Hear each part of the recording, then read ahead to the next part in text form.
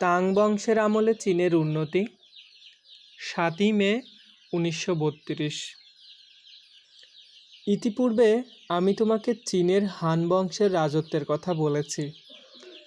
চীনে বৌদ্ধ ধর্মের প্রবর্তন, মুদ্রাযন্ত্রের আবিষ্কার, সরকারি কর্মচারী নিয়োগে পরীক্ষা গ্রহণের কথা ইত্যাদিরও উল্লেখ করেছি। খ্রিস্টীয় ৩য় শতাব্দীতে হান বংশের রাজত্ব শেষ হয় এবং সমগ্র সাম্রাজ্য ৩টি পৃথক রাষ্ট্রে বিভক্ত হয়। এই রাষ্ট্র ৩টি টিকেছিল কয়েকশো বছর। তারপর আবার ৭ম শতাব্দীর প্রথম ভাগে তাং বংশের রাজাদের আমলে বিভিন্ন রাষ্ট্রগুলোকে একীভূত করে একটিমাত্র শক্তিশালী রাষ্ট্রে পরিণত করা হয়।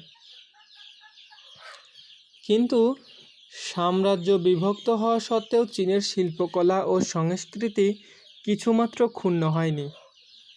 এমনকি তাতার জাতির আক্রমণেও তা ক্ষতিগ্রস্ত হয়নি। চীনের অত্যুৎকৃষ্ট চিত্রকলা, সুবৃহৎ গ্রন্থাগার ইত্যাদির কথা আমাদের জানা আছে। ভারতবর্ষ কেবল সূক্ষ্ম বস্ত্র এবং অন্যান্য দ্রব্য আদি চীনে রপ্তানি করেই ক্ষান্ত হয়নি। তার চিন্তাধারা, তার ধর্ম এবং শিল্পকলাও পাঠিয়েছে ও দেশে। ভারতবর্ষ থেকে বহু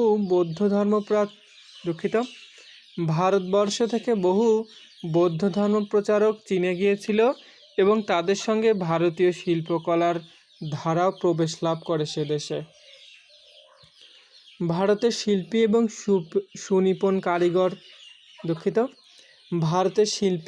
সুনিপুণ কারিগরও সেখানে গিয়ে থাকবে। ভারত থেকে বৌদ্ধ ধর্ম এবং নতুন ভাবধারার আমদানি হওয়াতে চীনে বিরাট সাড়া পড়ে যায়। চীনের সুপ্রাচীন শিল্পকলা ও চিন্তাধারার সঙ্গে বাধল সংঘর্ষ এবং এর ফলে নতুন ধরনের এক সভ্যতার উদ্ভব ঘটল। তাতে ভারতীয় সংস্কৃতির ছাপ পড়ল বটে, কিন্তু চীনের নিজস্ব রূপ ও স্বাতন্ত্র্য সম্পূর্ণ বজায় রইল। এইভাবে ভারতীয় ভাব ও আদর্শ চীনের মনোজগতে এবং শিল্পজীবনে সৃষ্টি করেছিল এক বিরাট আলোড়ন। বৌদ্ধ ধর্ম এবং ভারতীয় শিল্পকলার বাণী পূর্ব প্রান্তে কোরিয়া আর জাপানেও গিয়ে পৌঁছল। তাতে করে ওইসব দেশ কতটা প্রভাবিত হলো তাও লক্ষ্য করবার বিষয়। নিজ নিজ স্বাতন্ত্র্য বজায় রেখে প্রত্যেক দেশই একে গ্রহণ করল। এই দেখো না কেন, বৌদ্ধ ধর্ম তো চীন, জাপান দুই দেশেরই ধর্ম, কিন্তু তাও বিভিন্ন রূপ নিয়েছে এক এক দেশে। এমনকি প্রথমে ভারতবর্ষ থেকে যে বৌদ্ধ ধর্মের আমদানি হয়েছিল তার সঙ্গেও নানা বিষয়ে পার্থক্য রয়েছে। শিল্পকলার স্বরূপও বদলায় দেশ ও অধিবাসী পরিবর্তনের সঙ্গে সঙ্গে। আজকাল আমরা ভারতবাসীরা শিল্প ও সৌন্দর্য জ্ঞান হারিয়েছি। আমরা যে দীর্ঘকাল যাবৎ কোনো বড় রকমের সৌন্দর্য সৃষ্টি করতে পারিনি, শুধু তা নয়, আমরা অনেকেই সৌন্দর্যের পূজা করতেও ভুলে গেছি। পরাধীন দেশে আবার কিসের শিল্প, কিসেরই বা সৌন্দর্য? পরাধীনতা আর বাধা নিষেধের নিষ্পেষণে সব কিছু লোপ পেয়ে যায়।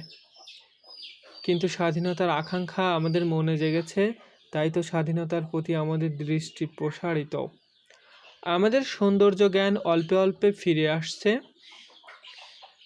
দেশ স্বাধীন হলে দেখো, আবার শিল্প ও সৌন্দর্যের বিরাট অভ্যুত্থান হবে এবং আমি আশা করি তখন আমাদের ঘরবাড়ি, শহর এবং আমাদের জীবনযাত্রা থেকে সব রকম নোংরামি আর কুৎসিতা লোপ পাবে। এ বিষয়ে চীন ও জাপানকে প্রশংসা করতে হয়। আজও পর্যন্ত শিল্প ও সৌন্দর্যকে তারা বাঁচিয়ে রেখেছে। চীনে বৌদ্ধ ধর্ম প্রসারের সঙ্গে সঙ্গে বহু সংখ্যক ভারতীয় বৌদ্ধ এবং শ্রমণ সে দেশে যেতে শুরু করলো এবং চীনা শ্রমণরাও ভারতবর্ষ ও অন্যান্য দেশ পরিভ্রমণ করতে লাগলো। ইতিপূর্বে ফা হিয়েনের কথা তোমাকে বলেছি, হিউয়েন সাং এর কথাও তুমি জানো।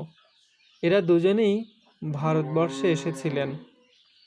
499 খ্রিস্টাব্দে হুইসেং নামে জৈনিক শ্রমণ চীনের রাজধানীতে এসে বললে সে চীন থেকে কয়েক হাজার মাইল পূব দিকে এক নতুন দেশে গিয়েছিল ও দেশের নাম ফুসেং। চীন আর জাপানের পূর্ব দিকে প্রশান্ত মহাসাগর, সম্ভবত হুইসেং এই সাগর পার হয়ে মেক্সিকো গিয়েছিল, কেননা সেখানে তখনও এক প্রাচীন সভ্যতা বিদ্যমান ছিল। চীনে বৌদ্ধ ধর্মের প্রসার বেড়ে যাওয়াতে ভারতের বোধি ধর্ম অর্থাৎ মহাধর্ম অধ্যক্ষ ক্যান্টন চলে গেলেন। এদিকে ভারতের বৌদ্ধ ধর্মের প্রসার ক্রমশ ক্ষীণ হয়ে এসেছিল। ওর চীনে যাবার সম্ভবত তাও একটা কারণ।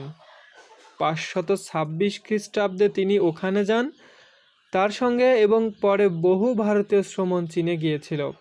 কথিত আছে চীনের শুধু লো ইয়াং প্রদেশেই কয়েক হাজার ভারতীয় বাস করত, তার মধ্যে ভারতীয় বৌদ্ধ সন্ন্যাসী ছিল 1003। কিন্তু শীঘ্রই আবার ভারতে বৌদ্ধ ধর্মের পুনরুত্থান হলো। কিন্তু শীঘ্রই আবার ভারতে বৌদ্ধ ধর্মের পুনরুত্থান হলো। একে তো ভারতবর্ষ বুদ্ধের জন্মস্থান, তাতে আবার ধর্মগ্রন্থাদিও ছিল এখানেই, তাই স্বভাবতই ভারতের প্রতি বৌদ্ধ ধর্মাবলম্বীদের একটা আকর্ষণ ছিল। কিন্তু তথাপি মনে হয় ভারতে বৌদ্ধ ধর্মের মাহাত্ম্য কিছু ছিল না, কেননা শেষ পর্যন্ত চীন দেশই ওই ধর্মের প্রধান কেন্দ্রস্থল হয়ে দাঁড়ালো। তাং বংশের প্রধান সম্রাট কাওসু, সে 618 অব্দের কথা, কেবল সমগ্র চীন দেশই নহে, পরন্তু দক্ষিণে আনাম, কম্বোডিয়া থেকে পশ্চিমে পারস্য, কাস্পিয়ান সাগর অবধি তিনি আধিপত্য বিস্তার করেছিলেন। কোরিয়ার কতক অংশও তার সাম্রাজ্যের অন্তর্ভুক্ত হয়েছিল। রাজধানী সিয়ানফু নগর সমৃদ্ধিতে এবং শিল্প দর্শন ও সভ্যতার কেন্দ্ররূপে পূর্ব এশিয়ায় বিখ্যাত ছিল। তাং সম্রাটদের আমলে ব্যবসা বাণিজ্য খুব উন্নতি লাভ করেছিল। চীনের নিজস্ব সমুদ্রগামী জাহাজ ছিল। বিদেশিরা যাতে এখানে এসে স্বচ্ছন্দে বসবাস করতে পারে তার জন্য বিশেষ আইন প্রণয়ন করা হয়েছিল। দাক্ষিণাংশে ক্যান্টনের নিকটবর্তী স্থানসমূহে আরবরা বসবাস করত। এটা ইসলাম ধর্মের প্রবর্তক মুহাম্মদের জন্মের পূর্বেকার ঘটনা। আরবগণ চীনাদের সঙ্গে একযোগে ব্যবসা বাণিজ্য করত। চীনে লোক গণনার ব্যবস্থা প্রাচীনকাল থেকেই চলে এসেছে। তোমার হয়তো অবাক লাগছে, কিন্তু কথাটা সত্যি। কথিত আছে 156 খ্রিস্টাব্দে প্রথম লোকসংখ্যা গণনা করা হয়েছিল, সম্ভবত হান বংশের আমলে। ব্যক্তিগতভাবে জনসংখ্যার হিসাব না করে পরিবারের সংখ্যা গণনা করা হতো। ধরে নেওয়া হতো প্রতি পরিবারের লোকসংখ্যা 5। এই হিসাবে দেখা যায় 156 অব্দে চীন দেশের লোকসংখ্যা ছিল 5 কোটি। লোকসংখ্যার পক্ষে অবশ্য এটা সঠিক পদ্ধতি নয়, কিন্তু মনে রাখবে পাশ্চাত্যে এই সেন্সাসের ব্যবস্থাটা অতি আধুনিক ব্যাপার। আমি যতটা জানি মাত্র 150 বছর আগে আমেরিকায় প্রথম সেন্সাস গ্রহণ হয়েছিল। আমি যতটা জানি মাত্র 150 বছর আগে আমেরিকায় প্রথম সেন্সাস গ্রহণ করা হয়েছিল। তাং বংশের রাজত্বের গোড়ার দিকে চীনে আরও দুটি ধর্মের আবির্ভাব হয়েছিল, খ্রিস্টীয় ধর্ম আর ইসলাম ধর্ম। যে খ্রিস্টীয় সম্প্রদায় এখানে এলো তাকে বিধর্মী আখ্যা দিয়ে পাশ্চাত্য থেকে তাড়িয়ে দেওয়া হয়েছিল। বিভিন্ন খ্রিস্টান সম্প্রদায়ের মধ্যে মতবিরোধ ও দ্বন্দ্বের কথা ইতিপূর্বে তোমাকে বলেছি। ওরকম একটা বাদ বিসংবাদের দরুনই রোম থেকে ওরা বিতাড়িত হয়েছিল। চীন, পারস্য এবং এশিয়ার নানা অংশে তারা ছড়িয়ে পড়ল। একদল ভারতবর্ষ এলো এবং কতকটা সুযোগ সুবিধাও পেয়ে গেল। কিন্তু পরবর্তীকালে অন্যান্য খ্রিস্টান সম্প্রদায় এবং ইসলাম ধর্মীদের প্রভাব খুব বেড়ে গেল এবং শেষ পর্যন্ত ওদের আর কোনো পাত্তা রইল না। গত বছর যখন আমরা দক্ষিণ ভারতে যাই তখন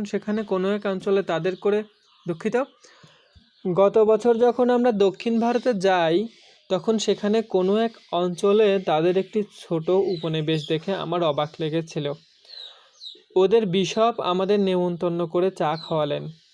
আমার মনে আছে নিশ্চয়, দুঃখিত, তোমার মনে আছে নিশ্চয়, চীনে খ্রিস্ট ধর্মের প্রবেশ একটু দেরিতেই হয়েছে, কিন্তু ইসলাম ধর্মের বেলায় দেরি হয়নি। এমনকি হজরত মুহাম্মদের জীবনদশাতে ইসলাম ধর্মীরা চীনে গিয়েছিল। তৎকালীন চীন সম্রাট উভয় ধর্মের প্রতিনিধিদেরই সাদর অভ্যর্থনা জানিয়েছিলেন। আরবগণ ক্যান্টন শহরে একটা মসজিদ নির্মাণ করেছিল। সে 1300 বছর আগেকার কথা। আজও সেখানে মসজিদটি আছে। তাং সম্রাট খ্রিস্টধর্মীদেরও গির্জা নির্মাণের অনুমতি দিয়েছিলেন। তখনকার দিনে চীনের এই সহিষ্ণু মনোভাব এবং পাশ্চাত্যের গোঁড়ামি লক্ষ্য করবার বিষয়। দুঃখিত, তখনকার দিনে চীনের এই সহিষ্ণু মনোভাব এবং পাশ্চাত্যের গোঁড়ামি লক্ষ্য করবার বিষয়।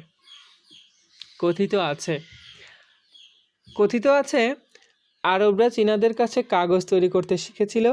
পরে আরবদের কাছ থেকে ইউরোপের অধিবাসীরা তা শেখে। 751 খ্রিস্টাব্দে মধ্য এশিয়ার তুর্কিস্তানে আরব আর চীনাদের মধ্যে একটা যুদ্ধ বেঁধেছিল। তাতে অনেক চীনা আরবদের হাতে বন্দী হয়। ওই বন্দী চীনারাই নাকি আরবদের কাগজ তৈরি করতে শেখায়। তাং বংশ 300 বছর রাজত্ব করেছিল, 907 খ্রিস্টাব্দ পর্যন্ত। কারো কারো মতে এই 300 বছর কালই চীনের ইতিহাসে সর্বোৎকৃষ্ট যুগ। এ সময় শুধু যে চৈনিক সভ্যতা ও সংস্কৃতি উন্নত ছিল তা নয়, জনগণও সুখ সমৃদ্ধি লাভ করেছিল। নানা বিষয়ে জ্ঞান চর্চার তো কথাই ছিল না। তখন চীনে এমন অনেক বিষয়ের চর্চা হতো যা ইউরোপ জেনেছে অনেক কাল পরে, যেমন কাগজ, বারুদ ইত্যাদি তৈরি। চীনারা খুব ভালো ইঞ্জিনিয়ারিং বিদ্যাও জানত। মোটের উপর প্রায় প্রতি বিষয়েই চীন ইউরোপ থেকে ঢের বেশি অগ্রসর ছিল। অথচ আশ্চর্যের বিষয় যে সব রকমে উন্নত হয়েও বিজ্ঞান আর আবিষ্কারের ব্যাপারে চীন ইউরোপকে পথ দেখাতে পারেনি। ইউরোপ কিন্তু চুপচাপ ছিল না। আস্তে আস্তে উন্নতি লাভ করে সহসা চীনের সমপর্যায়ে এসে দাঁড়ালো এবং শীঘ্রই আবার চীনকে পেছনে ফেলে রেখে অগ্রসর হয়ে গেল। একটা জাতি বা দেশের ইতিহাসে কেন এরকমটা ঘটে সেটা দুরূহ প্রশ্ন। দার্শনিকরা তা ভেবে দেখবেন। তুমি তো আর দার্শনিক নও যে প্রশ্ন নিয়ে মাথা ঘামাবে, সুতরাং আমারই বা কী দায় পড়েছে। এই যুগের চীন দেশ সমগ্র এশিয়ার উপরে প্রভাব বিস্তার করেছিল। চীন ছিল শিল্পকলা ও সভ্যতার পথ প্রদর্শক। ভারতে তখন গুপ্ত সাম্রাজ্যের অবসান হয়েছে এবং ম্লান হয়ে এসেছে তার গৌরব। চীনারাও ক্রমে অতিরিক্ত বিলাসী এবং আরামপ্রিয় হয়ে উঠল। রাষ্ট্রে প্রবেশ করল দুর্নীতি, ট্যাক্সের পর ট্যাক্স ধার্য হতে লাগলো জনগণের উপরে। লোকে অতিষ্ঠ হয়ে উঠল এবং অবশেষে তাং বংশের রাজত্বের অবসান ঘটল। ধন্যবাদ। আজকের চিঠি পর্ব থেকে বিদায় নিচ্ছি আমি মোহাম্মদ আসাদ। শুভকামনা।